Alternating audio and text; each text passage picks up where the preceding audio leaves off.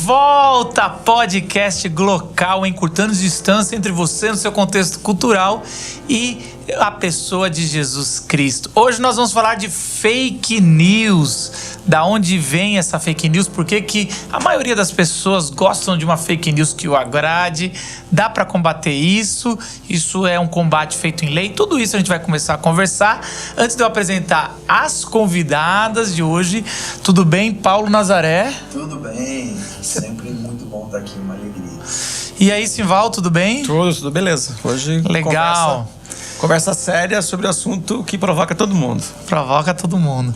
Carol, tudo bem, Carol? Tranquilo, de volta, depois de um tempinho aí, sem participar do podcast. Que legal. Hoje você está participando aqui. No próximo você vai estar sendo entrevistada. Olha só. Isley, tudo bem? Oi, prazer estar aqui, coisa boa. Esse sotaque tão gostoso aqui pro nosso podcast. Posso manter meu sotaque? Pode, por favor. Deve. Por favor.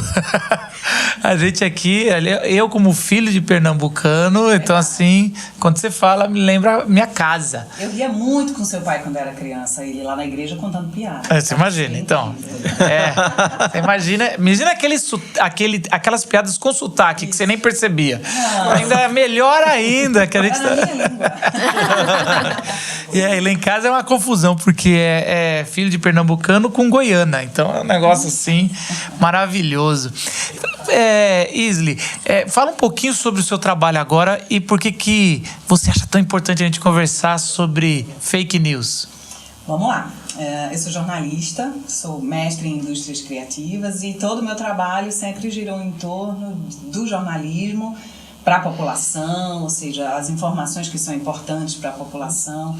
Eu, particularmente, sempre tive um prazer muito maior de fazer as matérias que eram importantes para as pessoas que não eram ouvidas em suas comunidades, do que para minha mãe ter orgulho, por exemplo. Né? Se eu fosse fazer uma matéria sobre economia ou sobre viagem, não, eu não gostava. Mamãe dizia, mas você só faz matéria no meio da lama, subindo morro. Mãe, é esse pessoal que precisa. Então, eu sempre tive muito isso do jornalismo a serviço das pessoas, né? Assim, eu não me sentia à vontade se eu não estivesse usando o meu trabalho, que chegava a tantas pessoas, se não fosse para ajudar alguém. Então, eu sempre fiz o jornalismo disso.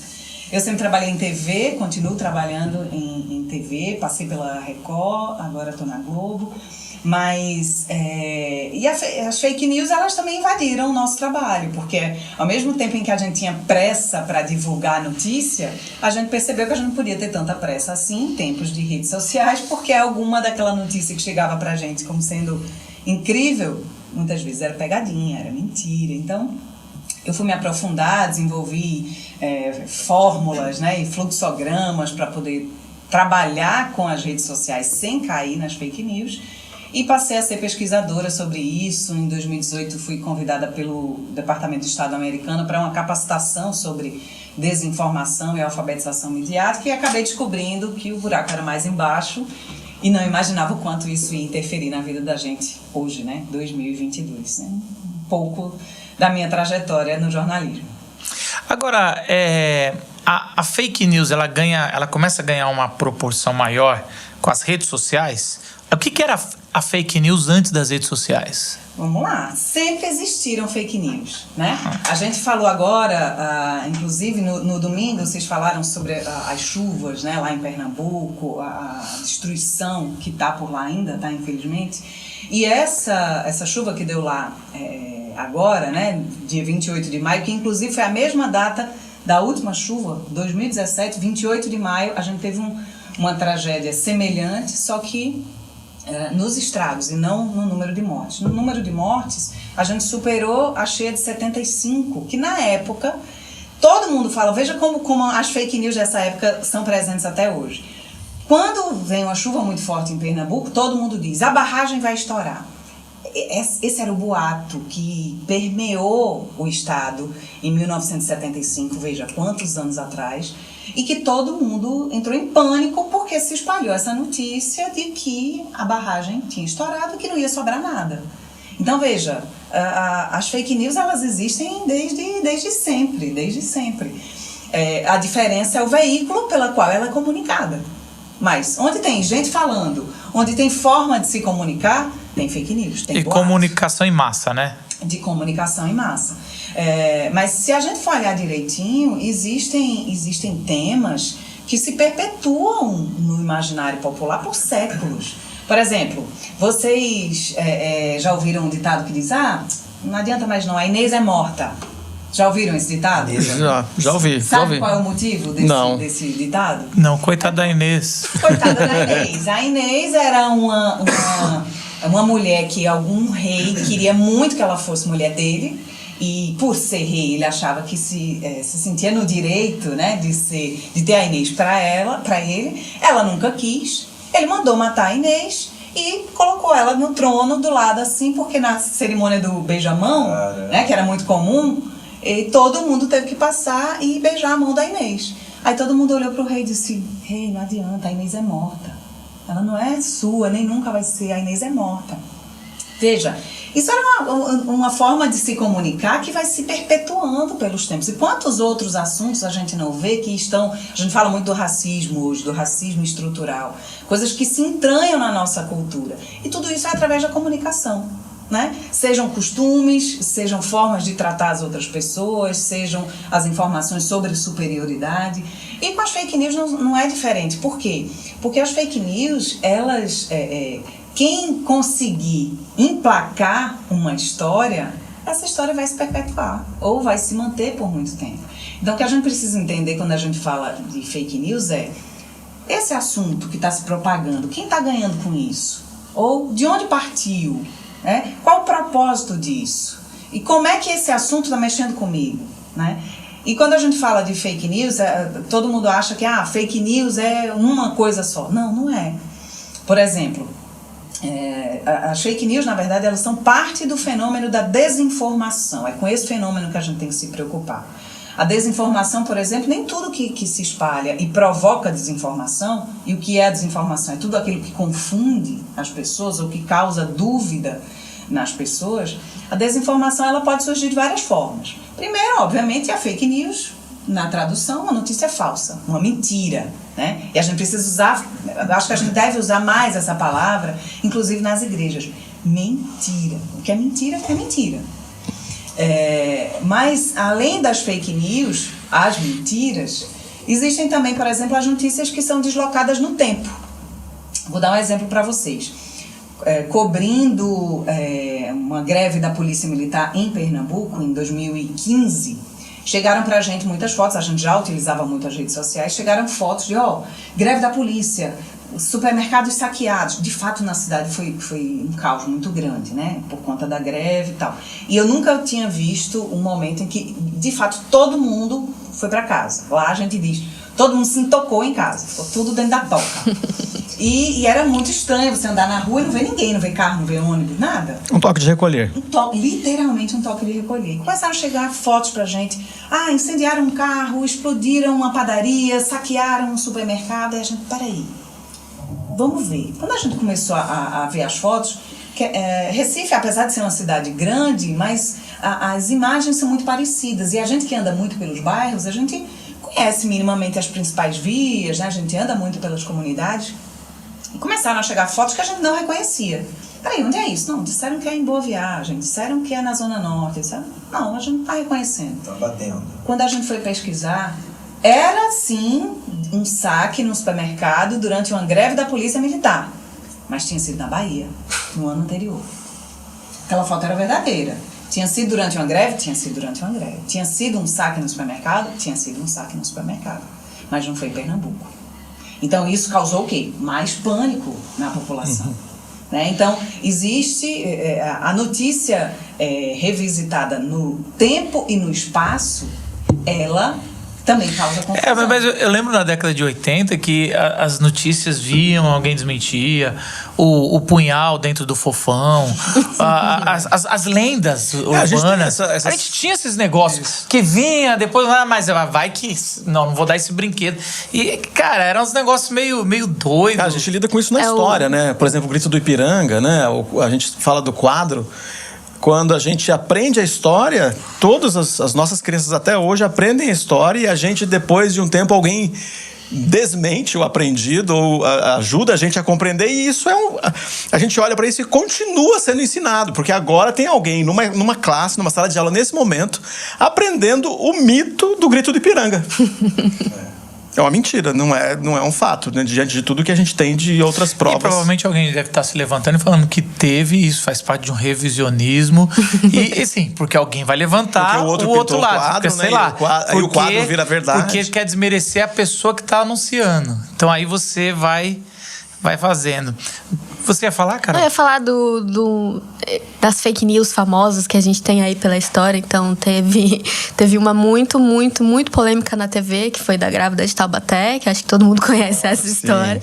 Que, inclusive, né, tava lá na TV, no jornal, uma mentira descarada e que... Mas qual que era a notícia? Eu sempre vi essa foto de uma barriga inacreditável. Da grávida de Taubaté. Ela falou que ela estava grávida, se não me... De 8. Era, de 8. Ah, tá. Por isso que era uma bola gigante. Só que ela colocou literalmente uma bola na barriga. Olha, é tão e óbvio, foi. tava claro. Exato. Só que quem é que vai na barriga de uma grávida pra ver se é verdade? Levanta a roupa. Ou Mas vai falhou? perguntar o obstetra dela pra ver se isso era verdade. E quando a fake news ela vem através de meios nos quais você confia. Né? Você vê, não, mas esse jornal não é um jornal que propaga fake news. E ele, enganadamente, está falando da grávida de Taubaté. Aí aconteceu que a Cris Flores, né, do programa do Hoje em Dia, né, se eu não me engano, onde estava propagando mais a história da grávida, ela começou a desconfiar. Eu acho que ela desconfiava há muito tempo, mas, né, ninguém esperava que tivesse uma repercussão igual teve. E a grávida já tinha ganhado um monte de coisa, assim, o enxoval das 8 crianças inexistentes e tudo, tinha ganhado tudo. E aí a Cris Flores fez a checagem do jeito que ela conseguiu, confrontou a mulher e descobriu que era falso. E era uma mentira que estava debaixo do nariz de todo mundo.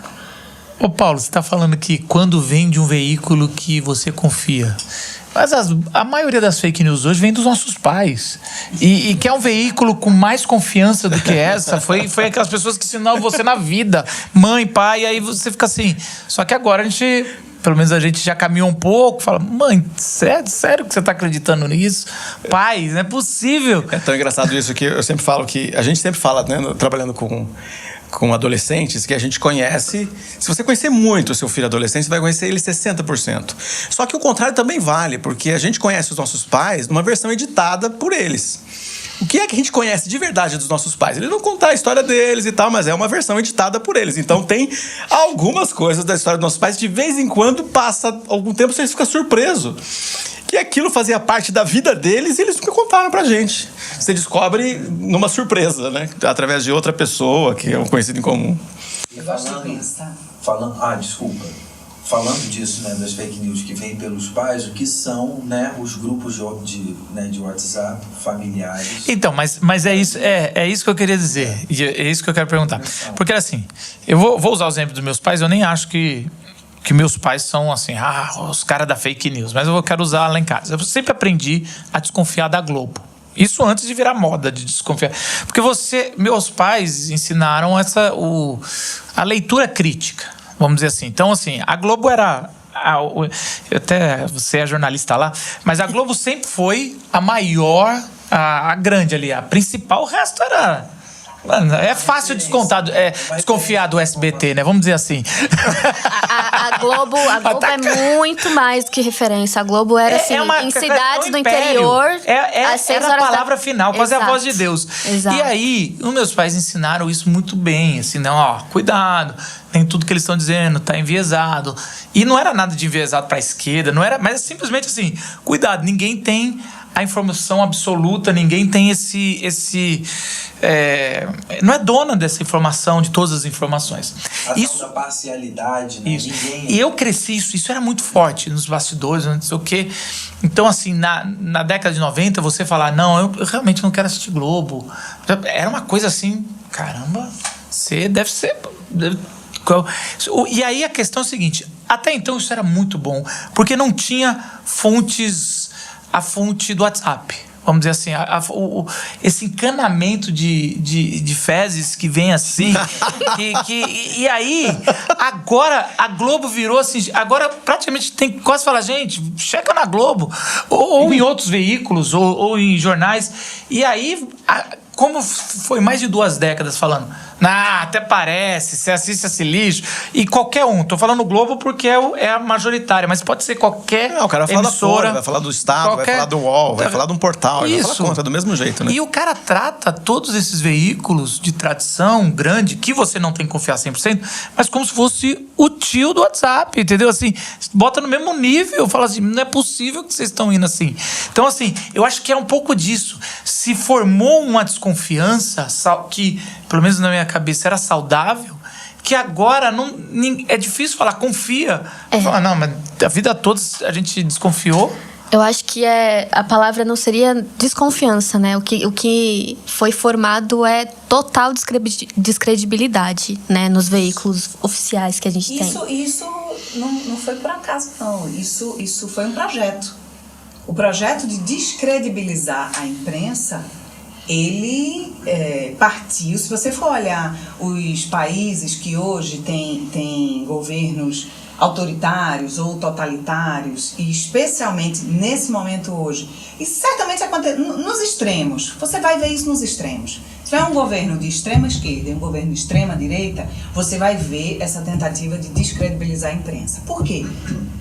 Porque a imprensa não é para agradar, ela é para incomodar. Agora, uma coisa que a gente precisa ter em mente, independentemente de você confiar ou não, todo veículo de imprensa tem dono. São empresas privadas. E empresas privadas têm as suas preferências, têm as suas necessidades e têm os seus interesses. Então, colocando isso um pouco de lado, óbvio, e assim, nos Estados Unidos tem muito isso, assim, de ser claro qual é a postura, o posicionamento dos veículos de imprensa. Eu acho que isso é importante. Eu preciso saber que aquele veículo é de direita, eu preciso saber que aquele veículo é de esquerda, ou que aquele veículo é independente. Mas isso no Brasil nunca foi igual nos Estados Unidos, né? Nos Estados Unidos, você liga a Fox, você sabe isso. Qual é o... Como é que é o nome disso que fala? Posicionamento. Mas tem um outro nome, o editorial. Você sabe qual que é a posição ali do editor. Mas aqui meio que fingia. Fingiu. Eu vejo agora, por exemplo, há pouco tempo atrás, o Thiago Leifert decidiu falar que não ia voltar no segundo turno.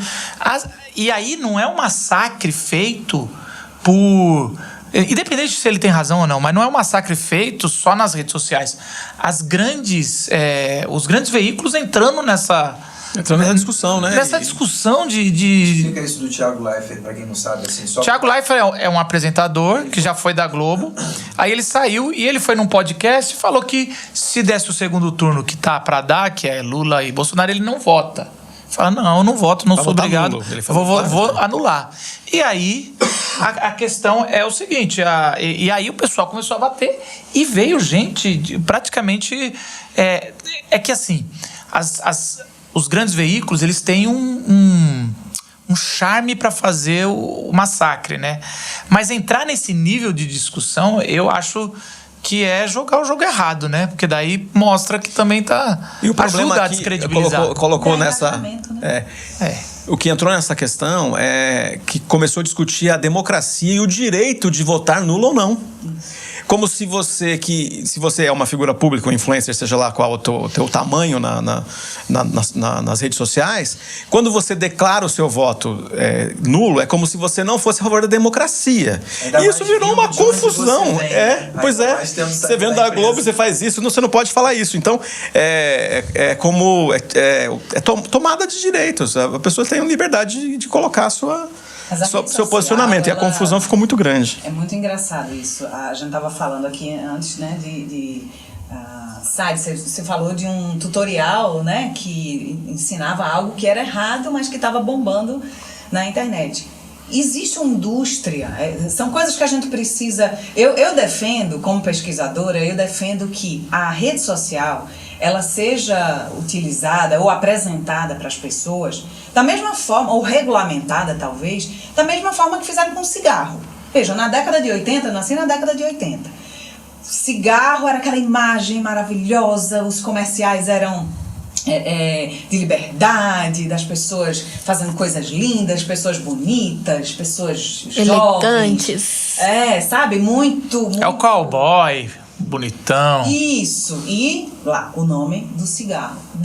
Na década de 90 foi um embate, certamente com o lobby, por conta do prejuízo que o cigarro estava causando para a saúde das pessoas e também para a rede pública de saúde, né? A quantidade de pessoas que... Talvez se não estivesse causando prejuízo, eles iam deixar mesmo, todo mundo fumar e tudo bem. Mas depois foi que se travou essa luta para que na caixa de cigarro tenha escrito assim, beleza, você quer fumar? Ok, você está no seu direito, mas sabe que o cigarro pode causar impotência, pode causar câncer de pulmão, pode causar uma série de problemas de saúde. A rede social, você precisa ter a consciência, e as pessoas não sabem. A gente estava falando aqui de alfabetização mediática, né? As pessoas não sabem os riscos que as redes sociais trazem. Ansiedade, você está vendo ali as coisas... É muito engraçado você pegar o celular e você ver que você abre aqui o Instagram. Se você passou direto naquele post, o algoritmo lá está dizendo, ela não gostou. Se você clicou, parou e viu, eita, peraí, um pontinho, bota ali um pontinho, ela gostou. Se você compartilhou, outro pontinho, isso é matemática. A rede social, não é exagero a gente dizer que a rede social, ela literalmente está dentro da sua cabeça. Porque ela sabe, veja, o que você está vendo, quem mais está vendo o que você está vendo? A gente não está vendo, ninguém mais está vendo o que é. Eu não sei o que é que você está vendo, mais que eu esteja do seu lado. Mas o Zuckerberg sabe. Totalmente. Inclusive a discussão em relação a redes sociais e saúde antes era muito maior do que agora em relação a fake news. Por quê? Porque a gente descobriu que, né, os pesquisadores cientistas descobriram que as redes sociais mexem anatomicamente com o ser humano. Então, se você posta uma foto sua e recebe likes e o seu olho vê aqueles likes chegando, o seu cérebro começa a liberar algumas substâncias e você vai ficar literalmente viciado naquilo. Então você vai começar a postar mais para receber mais daquilo, ou você vai comentar na foto do ciclano e do outro ali. E aí a gente vai chegando nas pessoas que descobrem que se você faz um comentário maldoso, você recebe muito mais retorno também. Então, o cérebro vai ficando viciado e existem algumas mudanças anatômicas que as redes sociais fazem no ser humano e que a gente ainda não tem dimensão do quanto que muda nosso comportamento e os nossos vícios, inclusive. Causa dependência, literalmente. Eu tiro por mim, eu me analiso, assim, como parte da minha própria experiência. Eu não consigo usar o Twitter. Eu fico mal toda vez que eu... mas ali é complicado. Nossa, é impressionante, eu não tenho estômago. Eu tô descobrindo um lugar pior do que o Twitter, é os comentários do TikTok. Não, o é pior. É pior. Ali é a fossa mesmo. Eu queria trazer uma coisa antes. Você falou uma coisa e eu quero fazer uma distinção se é que existe. Uma coisa é fake news, outra coisa é quando a fake news se profissionalizou. A indústria se chamou de indústria de fake news. Então, às vezes a gente vê as fake news, é aquele negócio, é a fofoca. Sempre existiu. Então sempre vai ter alguma fake news. Eu lembro que antes, agora fica mais difícil, sempre morria alguma pessoa e aí só depois de um dia... Sei lá, teve muita gente que morreu várias vezes, né? O Belchior, todo mundo. E assim, a gente tinha esses negócios de morrer, falar mal, sei o quê. E isso é fake news. Só que é uma fake newsinha, né? É uma coisa que, lógico, vai machucar alguém ou outros. Toda mentira é ruim. Só que ela não muda a história de uma nação. E aí parece que o que a gente está vivendo hoje... É algo que a gente está vivendo de 7 anos para cá, 8, que é a política desenvolver um gabinete que agora é chamado do ódio, mas esse gabinete já foi pro PT também. Aliás, estava lá. Eu lembro da eleição de 2013 para 14 que o PT, quando teve a Marina Silva, cresceu, eles ligaram aquela máquina de fake news e eles não sabiam, ou não quiseram ver, que aquela máquina iria ser usada pelo maior opositor deles, que para agora também usa. Então a gente vai ver esse gabinete do ódio, ele tá ali, os caras repararam que comunicação é tudo, né? Eu acho que, Gustavo, a gente sempre viu ali eu acho que era o Lipovetsky que falava que antes fazia guerra. Hoje, os maiores, é muito mais, a comunicação é muito mais barata e tem um ganho muito maior. E um disfarce. Se a gente for pegar, vamos lá, não é exagero dizer que o que a gente está vendo hoje tem muito da raiz do que aconteceu com Hitler. Vejam, há pouquíssimo tempo atrás, no máximo 10 anos, morreu a documentarista de Hitler. Acho que ela morreu com 105 anos.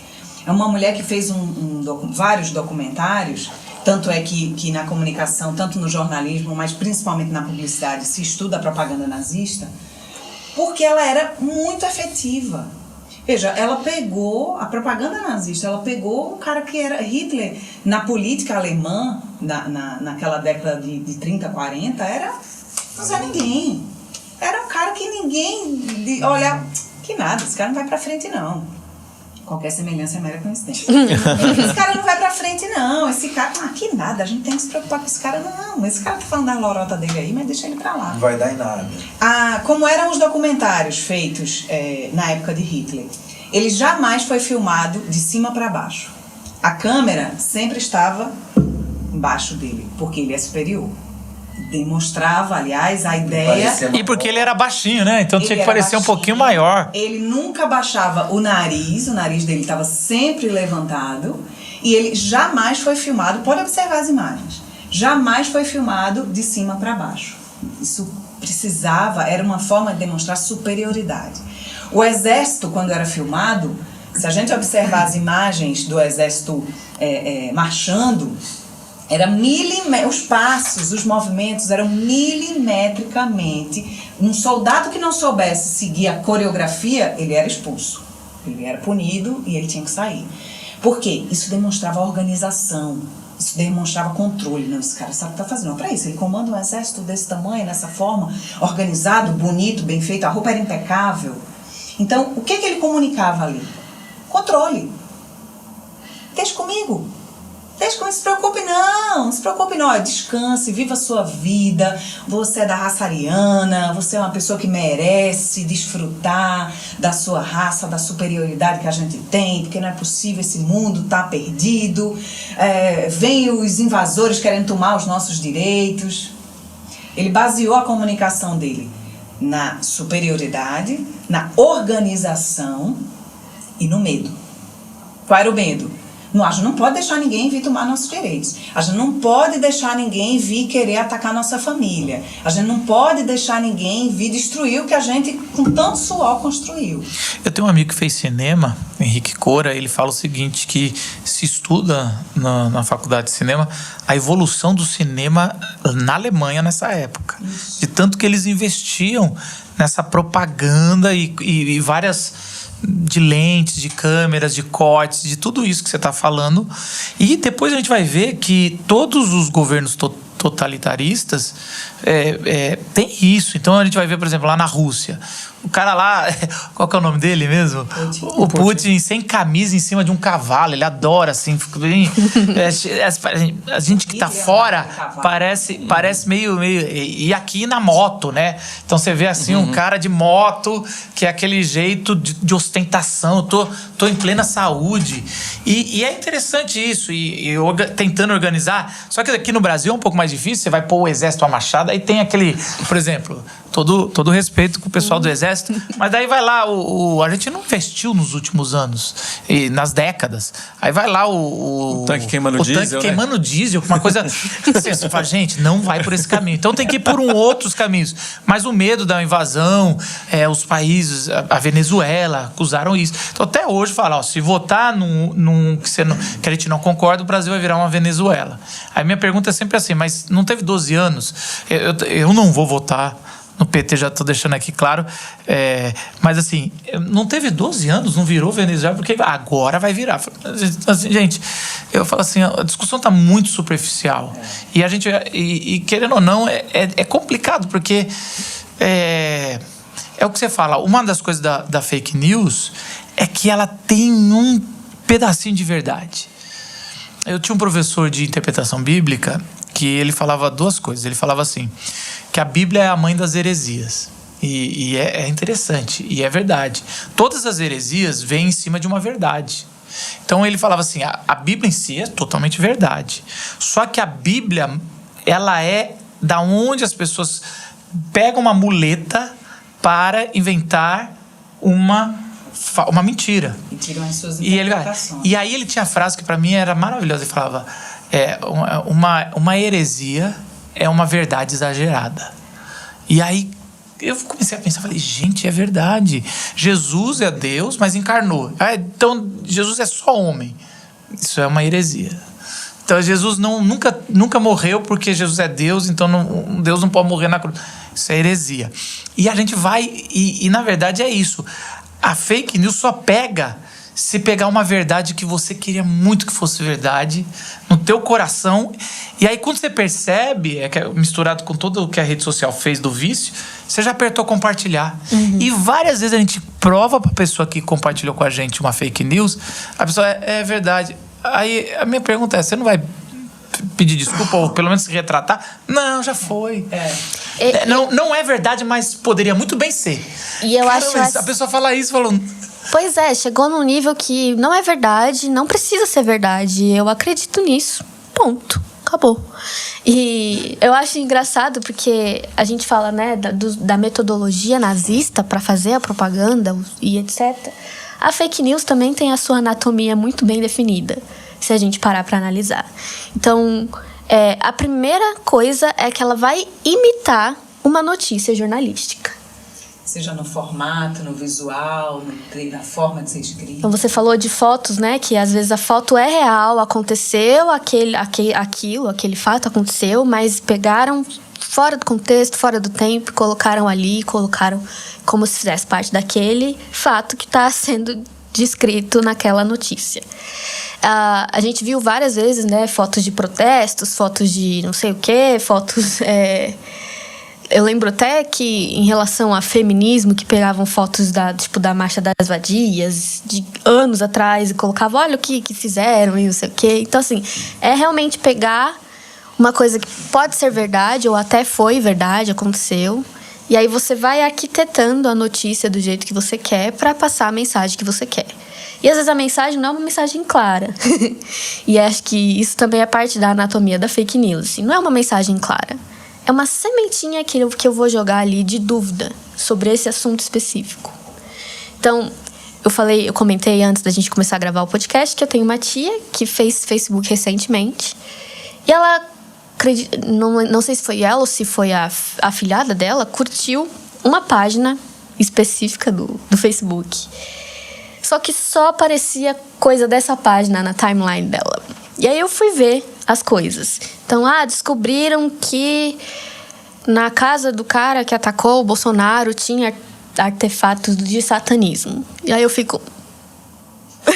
Por quê? Por que isso? Por que isso em específico, entendeu? E aí a gente começa a fazer essas perguntas do porquê. Porque querem matar porque o diabo quer matar o Messias, entendeu? Então uma batalha espiritual, né? Exato. Então a gente vai mexendo com o sagrado, que ela falou, inclusive, antes da gente começar a gravar. E a gente vai mexendo com o imaginário das pessoas, só que num formato que a pessoa não vai questionar se aquilo é verdade ou não.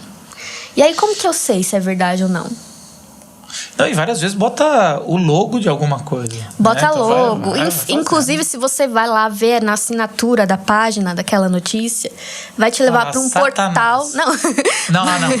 Ela vai te levar para um portal que realmente parece um portal de notícias jornalístico, com uma equipe especializada. Não, várias vezes pega o nome da pessoa, do jornalista, do portal tal, e dá referência, tudo, mas a pessoa nunca escreveu. Porque também há um limite de tempo pra gente ficar olhando. Exato. Ainda mais assim. Então, se você lê a manchete e clica na notícia, você já chegou muito longe. Muito longe. Assim, você estava dizendo né, de uma fake news talvez um pouco mais elaborada, que o título está correto, o primeiro parágrafo está correto.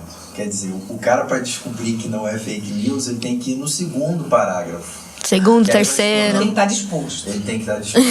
E uma coisa que eu estava pensando aqui, a primeira fake news é no Éden, né?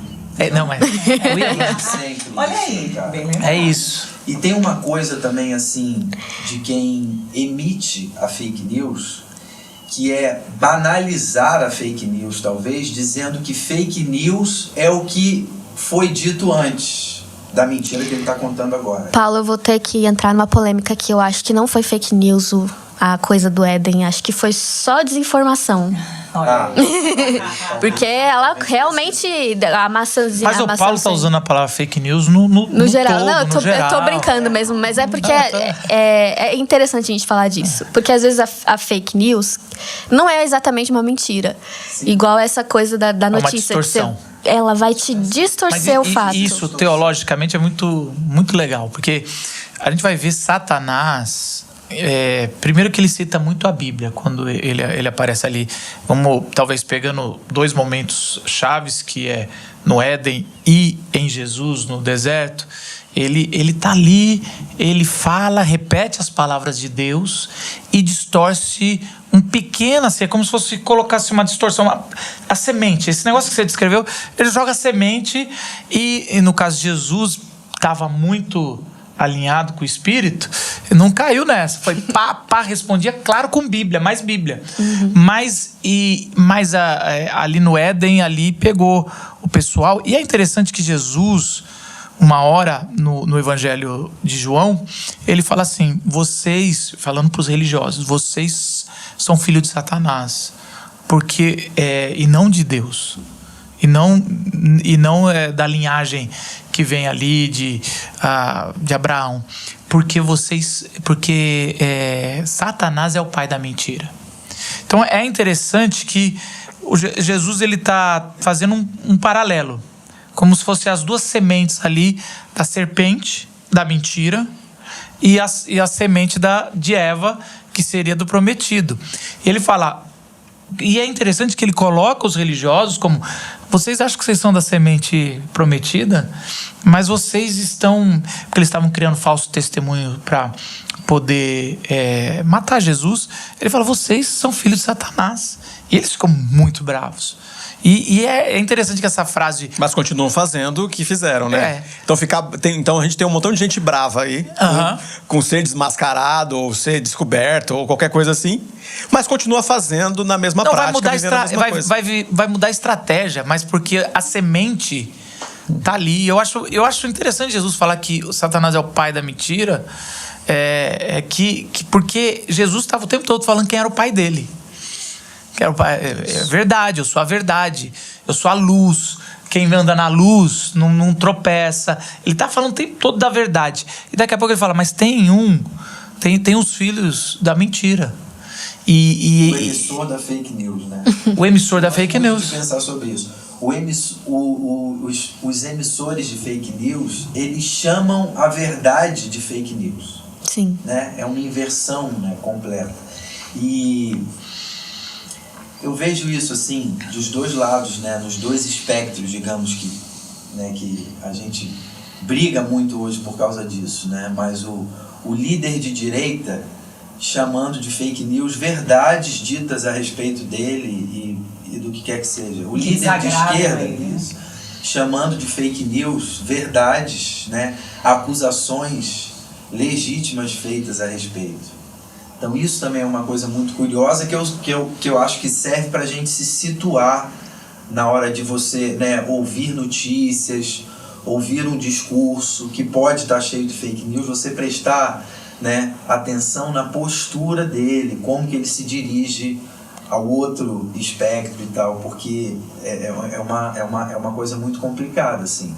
O emissor da fake news, ele não só propaga a fake news, mas ele chama de mentira a verdade. Agora, o que é legal teologicamente, talvez para fechar esse arco e a gente voltar na fake news aqui no Brasil, é que muitos propagadores de fake news nem sabem que estão propagando fake news, né? Eles são multiplicadores. E, na verdade, a gente, quando fala desse negócio que tem uma linhagem do justo e uma linhagem dos pecadores, a gente sempre quer falar, a gente é do justo. E quando a gente descobre que a gente é propagador da mentira de Satanás, a gente é filho da queda, é aí que entra a graça.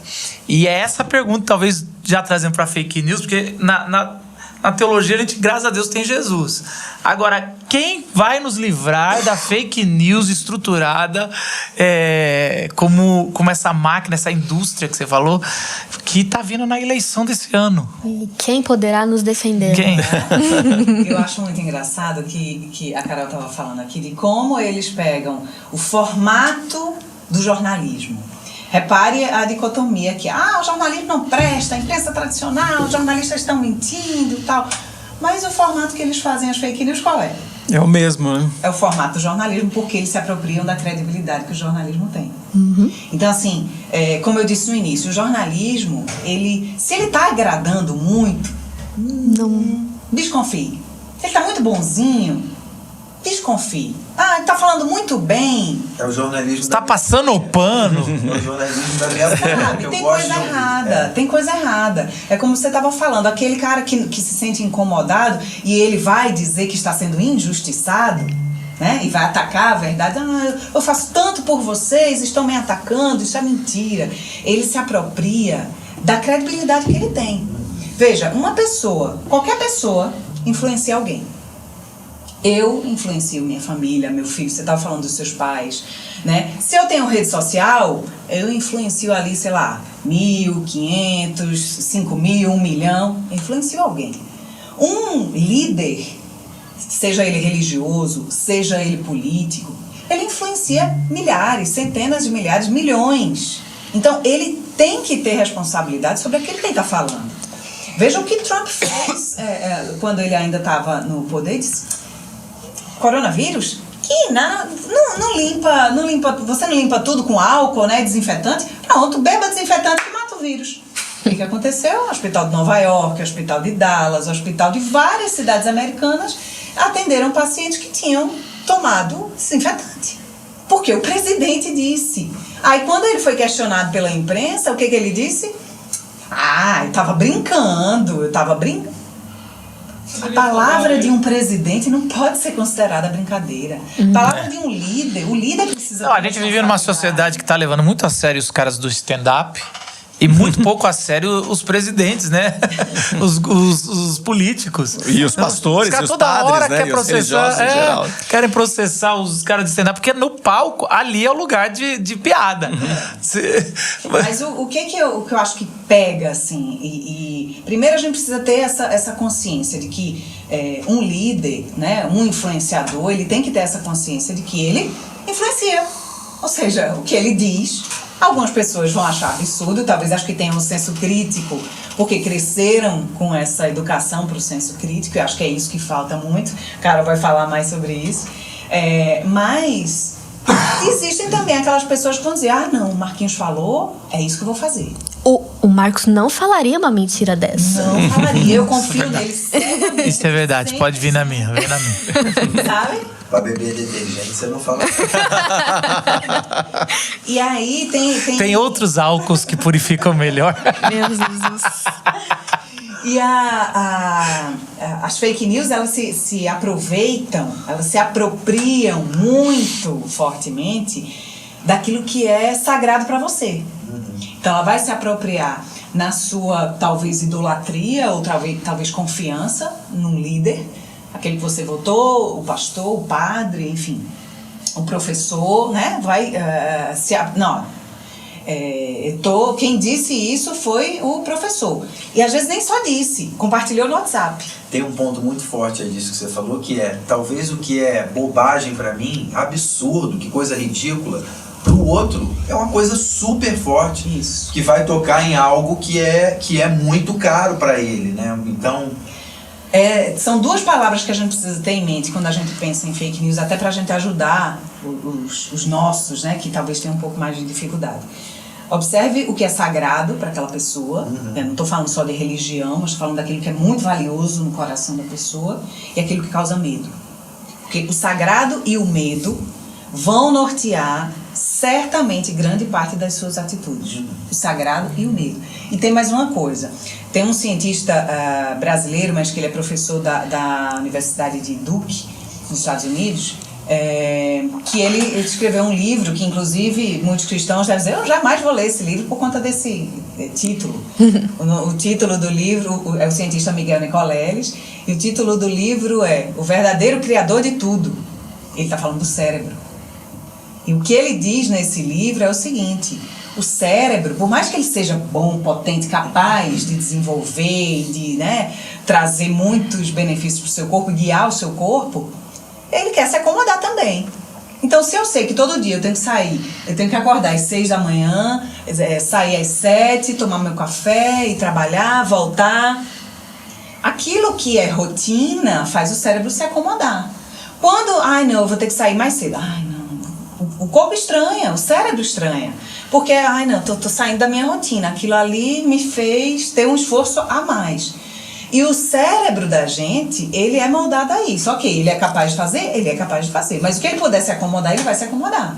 Então, se aquilo ali, como a gente estava dizendo antes, faz você acreditar, ou você gostaria que fosse verdade, ou então, não, eu cresci aprendendo isso, eu cresci sabendo que era isso, agora eu vou querer descobrir que é mentira, ou que não é bem assim, que meu pai não estava certo quando ele me ensinou isso. Como assim?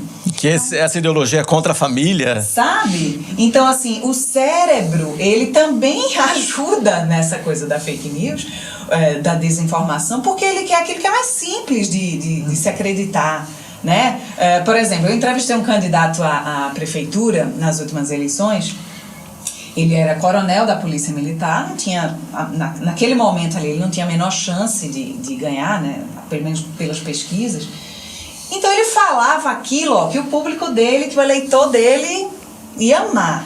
Então ele chegou para mim, a gente tinha que fazer a sequência de entrevista com os candidatos, e naquele dia foi ele, eram 10 minutos de entrevista, e ele disse assim: veja, era uma eleição para prefeito, e, pelo menos em Pernambuco, mas acredito que na maioria do Brasil é assim, a segurança pública, a responsabilidade maior pela segurança pública é do Estado, não é dos municípios, certo? Isso. Claro que os municípios podem ter as suas estruturas. Tem a guarda, tem a brigada, uma estrutura menor. Mas a Polícia Militar, a Polícia Civil, ela é de responsabilidade do Estado.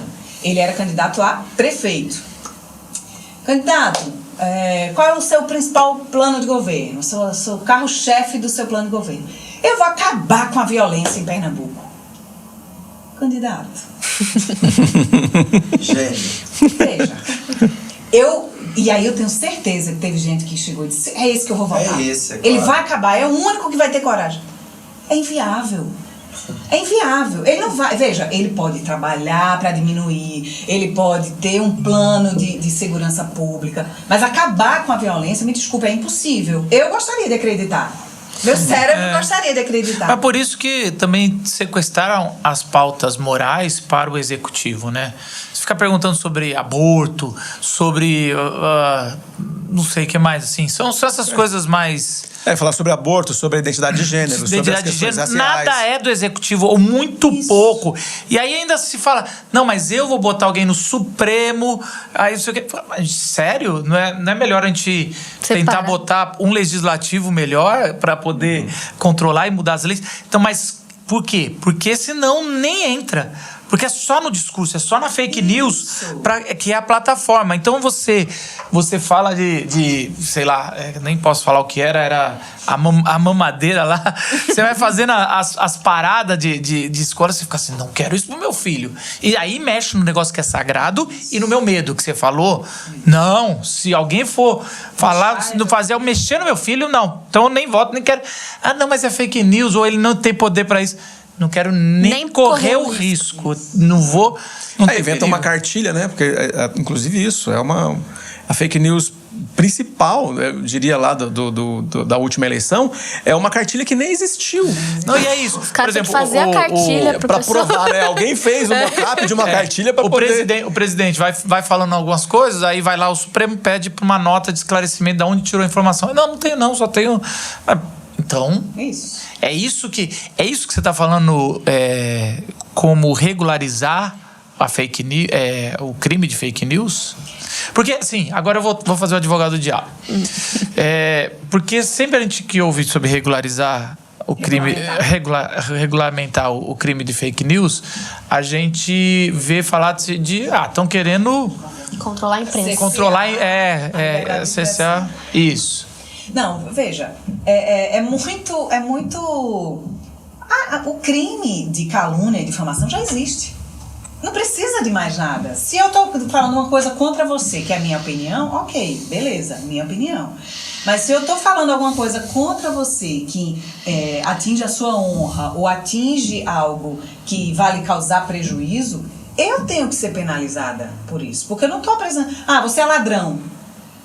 Por que você está me chamando de ladrão? Mas nos Estados Unidos funciona o processo. Então me processa se eu estou mentindo. Isso. O que seria mais que isso? Veja, essa regulamentação, ela já é eficiente. As pessoas que espalham fake news, elas precisam sentir no bolso.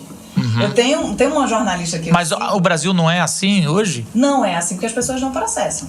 Nem prestam queixa. Mas o crime existe. Até porque a gente tem um volume absurdo de notícias falsas acontecendo todos os dias. Então, até você chegar na origem, da onde saiu aquilo, já passou 2 meses, 3. Mas não precisa ser da origem. Quem espalhou espalhou. Assim, não importa quem fez. Se você espalhou, você pode levar um processo. É culpado também. Pode ser punido.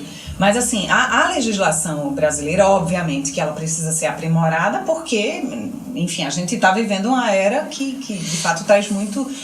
Veja, para os educadores, para os jornalistas e para os advogados, juízes, para o judiciário, é um desafio muito grande esse período que a gente vive de fake news. Acho que essas 3 áreas são as que mais sofrem. Porque a educação, os professores têm sentido uma pressão muito grande, né, na sala de aula. Mas não é bem assim, isso aí que você está falando, uma coisa básica, simples, é ensinar ciências, talvez numa escola negacionista, completamente cristã. Aqui não, sim, mas você não pode ensinar como é que a ciência o evolucionismo, as teorias, na biologia. Sabe? E não é. A questão essa controvérsia da Terra plana, por exemplo, isso é uma coisa que a gente, toda vez que a gente ouve, como isso pode ter ganho tanto espaço, né? Mas veja, a fake news, o ambiente dela, as fake news e os ambientes em que elas se ganham espaço são os ambientes de quem consegue propagar um discurso, ou seja, eu sou influenciador, eu falo bem. E aí tem muito a ver com a oratória, com como a pessoa se veste, como que a pessoa fala, se a pessoa é incisiva, se a pessoa não é incisiva. Isso tudo contribui. Então, conseguiu colar um discurso... Mas, Simval, eu acho que dentro dessa indústria da fake news existem os espantalhos.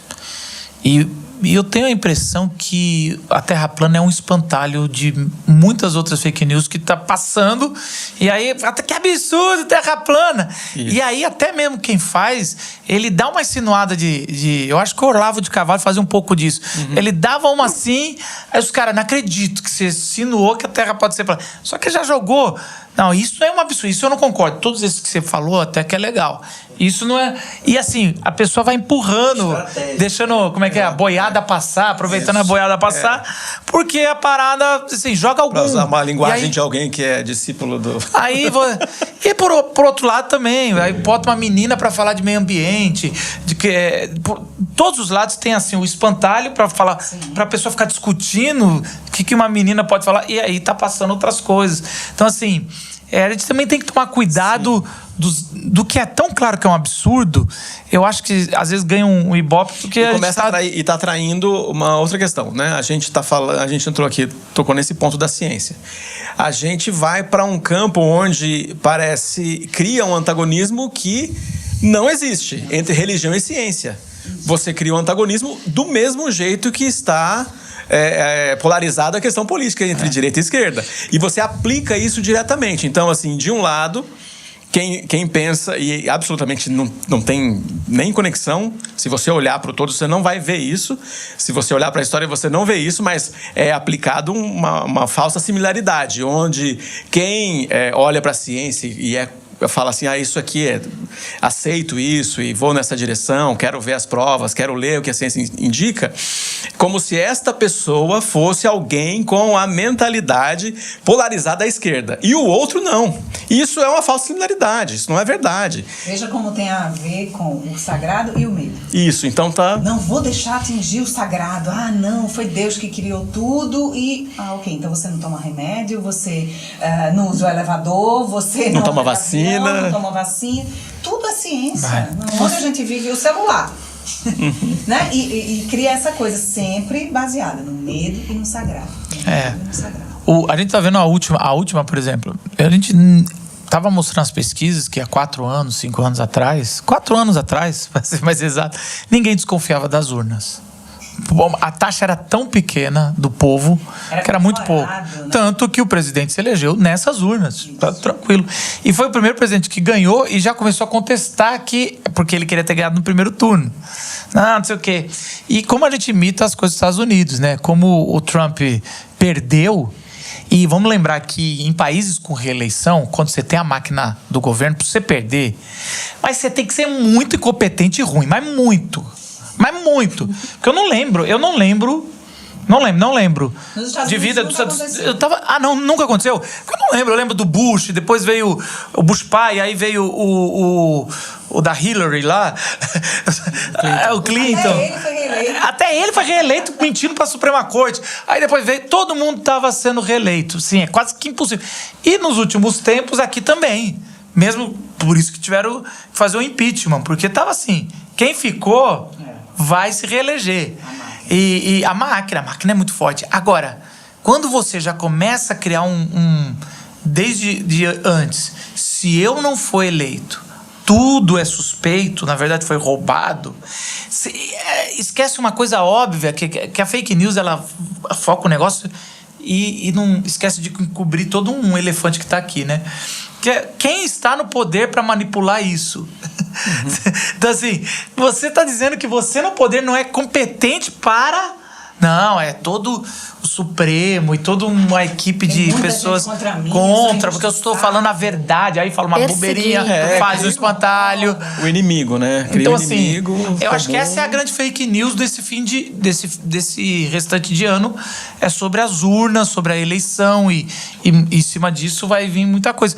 Porque isso é muito mais grave do que Thiago Leifert falar que não vai votar em nulo. Porque isso desmoraliza toda a democracia. Porque você fala assim, quer dizer que se eu posso votar numa pessoa e nem vai contar? Eu acho engraçado que logo que eu comecei a trabalhar com jornalismo, as pessoas vibravam muito quando a gente desmascarava alguém. Tá vendo? Se não fosse a imprensa, se não fossem vocês virem aqui, o meu problema não ia ser resolvido. O Celso Russomano era o herói. Lembra? Ele falava, nossa, é nosso direito. Hoje ele é um idiota. Fala, coitado do empresário, coitado do jovem, coitado da Caixa, né? A mulher da Caixa não querendo devolver. O CQC só tá fez trabalhando. Isso. O CQC fez isso. Né, de ir até o problema e denunciar o problema na televisão e resolver aquele problema isolado, né? Hoje, nos últimos anos, quando a gente expõe alguém que está errado, seja roubando, seja matando, sabe? Você tá humilhando a pessoa, você tá desmerecendo. Essa pessoa tem tanta coisa boa pra mostrar, então... É fake news o que você... O do PSDB lá, já que a gente já falou tanto do PT, o que foi com a Dilma e perdeu? O Aécio. O Aécio, quando tu vê as coisas do Aécio, os caras meio, não, vamos abafar, o cara não tá mais... Falei, gente... uma mala de dinheiro, cara. Caraca, não, ele falou, eu mato. A gente mata o cara. Falei, caraca, tudo isso acabou. Ninguém vai esquecer. Assim... E ele não foi processado na mesma forma que estava acontecendo, né? A Lava Jato. Gente, não pegava o cara. Uma coisa impressionante. Curioso, assim, que, infelizmente, eu já passei por situações de ter medo por conta da minha profissão. Em Pernambuco, né? Eu trabalhei 12 anos, eu comecei a trabalhar como apresentadora de TV, eu estava grávida, com um barrigão, meu filho que ele trabalhava comigo. Apresentando e fazendo reportagens, enfim, foram muitos anos assim. Então, as pessoas me conhecem na rua, falam, né, enfim, brincam, pedem ajuda para alguma reportagem, alguma coisa, tiram uma foto e tal. E isso sempre foi tranquilo, assim, eu nunca tinha tido nenhuma abordagem que fosse indelicada, nem minimamente indelicada. Era, no máximo, se a pessoa não gostasse de mim, não ia falar, ok, pronto, simples. E ultimamente, nos últimos anos, especialmente no período das eleições para cá, isso passou a ser uma sensação diferente, assim. Eu adorei usar máscara, porque eu conseguia passar um pouco despercebida pela rua, porque às vezes a pessoa chegava para falar comigo e eu me assustava. Assim, eu tive medo. Várias vezes eu cheguei pro meu esposo e eu disse. Agora, deixa eu fazer uma pergunta mais pessoal, já que a gente tá chegando no final do podcast. Geralmente a audiência já caiu. Você já sentiu pressionada? Pressionada não, mas você já foi dar uma notícia que você falava, cara, essa notícia aqui, não sei, isso aqui parece que tem uma causa por trás, querendo empurrar para um lado ou para outro. Ou você sempre foi dona da sua pauta, você sempre deu uma olhada antes e... Eu confesso que eu passei por pouquíssimos momentos como esses. Esse tipo de constrangimento... Pernambuco é uma praça que tem uma imprensa muito forte e muito crítica. Lá eles são... A gente brinca de Pernambuco, que tudo é maior da América Latina, que é a piada, né? Tudo. Você chega lá, é maior da América Latina em tudo. Mas, uma coisa a gente tem que admitir. Pernambuco, eles são politizados. As pessoas, assim... Sim, é verdade. São boas. E não tem eleito... A gente agradece sempre Pernambuco. Os presidentes que eu considero corretos sempre ganham, mesmo não ganhando no Brasil. De fato existe é diferente do que acontece em outros estados. Tem outros estados que as pessoas têm um político de estimação. Isso acontece em outros estados. E não só no Nordeste, obviamente, que em vários outros... No mundo. Mas Pernambuco, apesar de ter uma crítica que é preciso ser feita, é que existe tem uma família lá, né? Não, tem até... Não eram primos que estavam concorrendo a última vez? Exatamente, os netos de Arraes, neto e bisneto de Arraes. Que fez um bom governo, que é considerado um bom político lá. Eduardo Campos também fez um bom governo, mas também deixou suas marcas negativas. Enfim, ninguém é perfeito, obviamente. Mas, de um modo geral, as pessoas... tem o senso crítico, sabe? Dizer, ok, eu votei nesse cara, mas isso aí ele não tá legal. Assim, não tem um endeusamento. Sabe como time de futebol? Meu time não, tá na Série D, que nem o Santa Cruz. Santa Cruz na Série D, mas é o melhor do universo. É o time do meu marido, e a gente vive brigando por isso, porque eu sou rubro-negra do esporte. Mas é diferente. Do esporte, viu, Paulo? Eu gostei que ela deu uma respirada. O Paulo já tava assim, do esporte. Aqui, mas não. Inclusive campeão de 1987. É isso aí, faz tempo. Boa, Paulo. Mas Isley, aqui só pra não perder, segue falando, por favor, o que você tá falando, mas você ia falar do medo e da pressão, que eu acho que o Marcos te cortou, que eu queria te ouvir sobre isso. Verdade. Mas sem perder o fio da meada. De fato, nesses últimos anos, a gente tem pautas que a gente precisa seguir, precisa falar, né? Independentemente de concordar ou não, mas você tem que levar ali aquela notícia. Mas eu, particularmente, nunca fui pressionada a dar uma notícia como sendo a minha opinião e sendo contrária ao que eu penso. Esse tipo de pressão eu nunca sofri. Mas voltando a falar da questão do medo e da pressão, das eleições de 2017 para cá, 2018 a gente teve a eleição, e foi muito real isso, a cobertura da pandemia foi um sofrimento. Você está falando para a gente ficar em casa, você está falando para usar máscara, então assim, era algo que, como se eu estivesse falando, xingando a sua mãe, sabe? E assim, você não pode falar isso na TV, você tem que deixar as pessoas irem trabalhar. Eu digo, eu tenho que dizer para as pessoas que, se elas tiverem condição de ficar em casa, que fiquem. Se elas tiverem que sair, se protejam. Não, e tem interessante. É isso que precisa ser. Nesse tempo a gente viu uma super hostilidade nas ruas com os jornalistas. Aquele cercadinho lá do presidente. Você sabe que eu lembro direitinho de um repórter da Globo, eu acho que era Sudeste aqui, era Rio, São Paulo, falando meio-dia. E ele falava, fica em casa, não sei o quê. E aí pegaram ele, andando acho que de patins na lagoa, ou correndo. E, cara, esculacharam. É pra gente ficar e você tá correndo. E ele tava no momento de lazer dele, com máscara, fazendo... Sozinho, só né? que ele, era em grupo o exercício. A ideia era assim, você tá proibindo, parecia que a notícia você tá Pode ir proibindo. na calçada. A gente assim, cara, que coisa. Isso eu percebi, assim, eu fiquei um pouco mais tranquila, já tive medo, já disse ao meu esposo, eu não vou na quero academia sair sozinha, você tava dizendo. Não vou na academia sozinha, vamos comigo. Não vou no shopping sozinha, não me sinto segura, não me sinto confortável. Por favor, vá comigo. Meu marido é altão, grandão, então virou meu segurança particular. E ele disse, caramba, eu nunca vi você assim. Eu nunca vi você assim.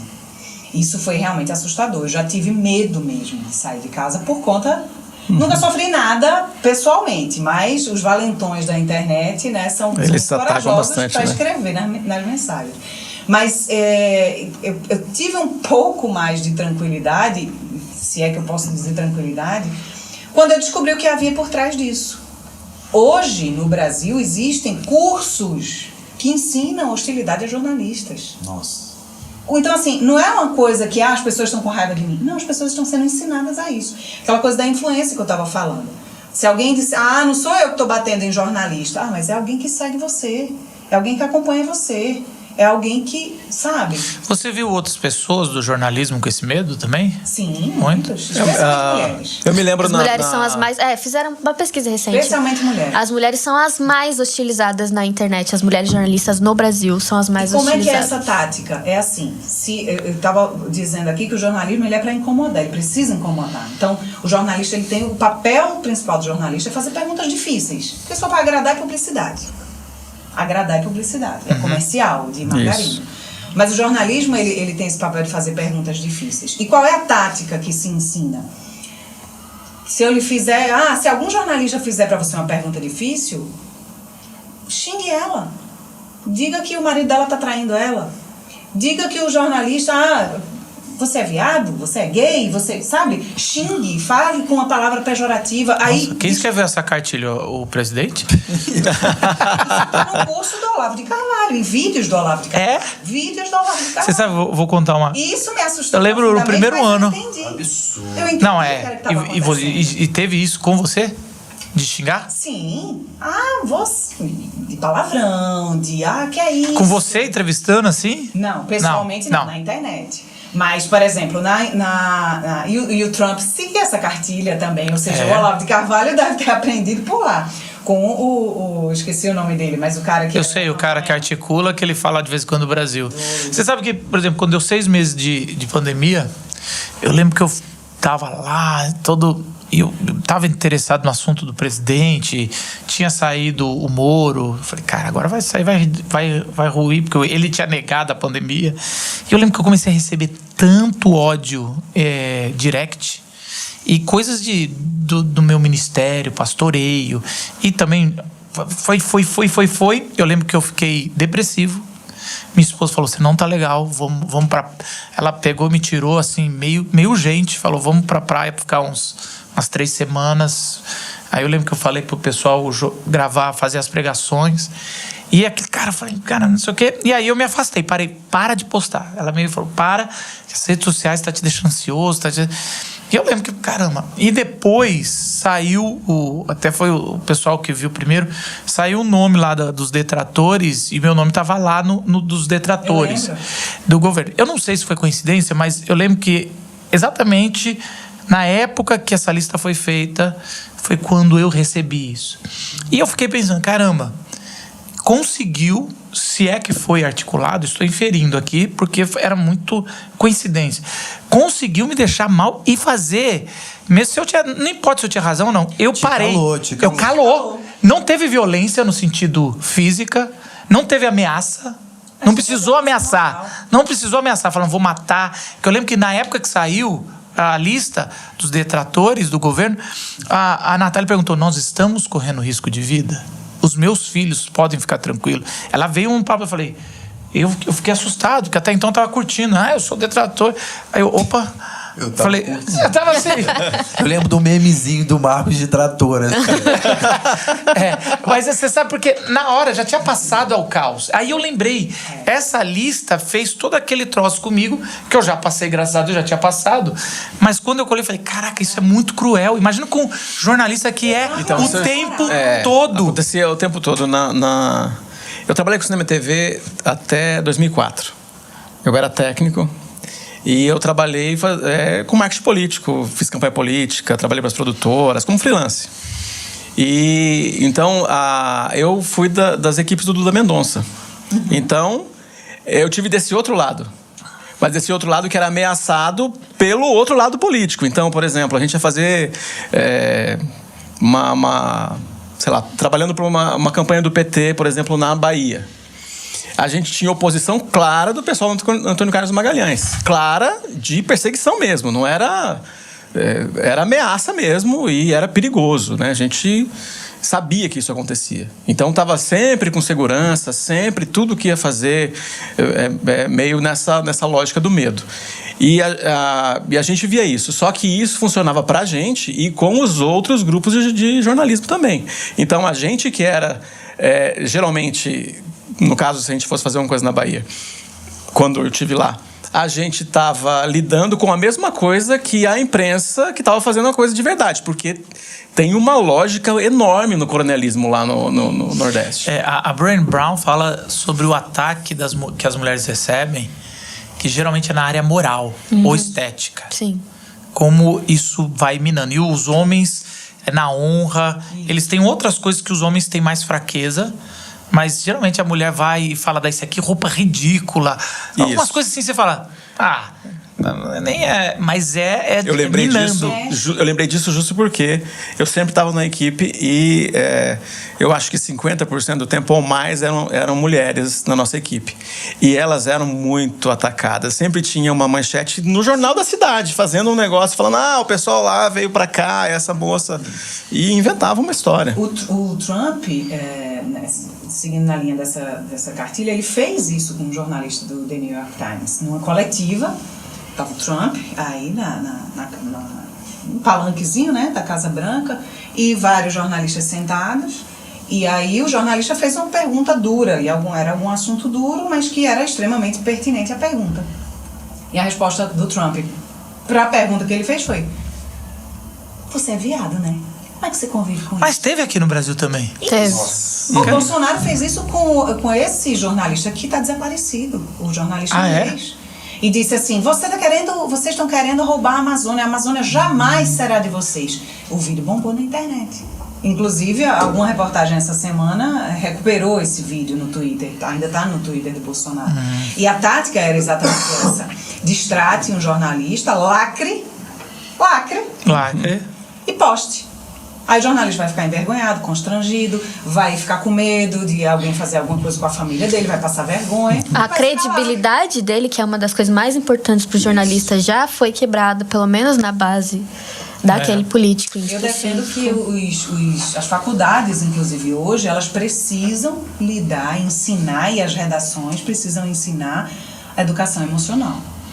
Porque, assim, as pessoas, os jornalistas, eles estão sendo submetidos a situações extremamente vexatórias para que as perguntas difíceis deixem de ser feitas. Porque eles só querem as perguntas boazinhas. Ele vai deixar de fazer para não ser confrontado. Que compartilha, que ri, ou que faz graça de um jornalista, ou um influenciador, um pastor, qualquer pessoa sendo humilhada nessa lacração, está contribuindo com essa máquina de calar. Sabe que no começo do curso, eu faço jornalismo, no começo do curso, quando algum aluno tinha a atitude de pegar a câmera dele e ir para algum protesto ou fazer assim alguma matéria por conta própria, ele era louvado. Hoje em dia, os professores já ficam melhor você tomar cuidado. Já sei. Isley, Você volta para um podcast sobre educação midiática e a gente daí continua. Talvez esse assunto vai ser bem legal, tá bom? Sim. E obrigado por você ter ouvido até aqui ou assistido. Não deixe de divulgar os nossos podcasts. Se você tá no YouTube, faz tudo aquele negócio de curtidinha, compartilha. E se você tá ouvindo a gente também tá no YouTube. É bem legal o nosso estúdio. Vem alguma hora vir assistir a gente, tá bom? E a gente, toda terça-feira à noite, tem sempre Glocal Encurtando Distância. Tchau, gente!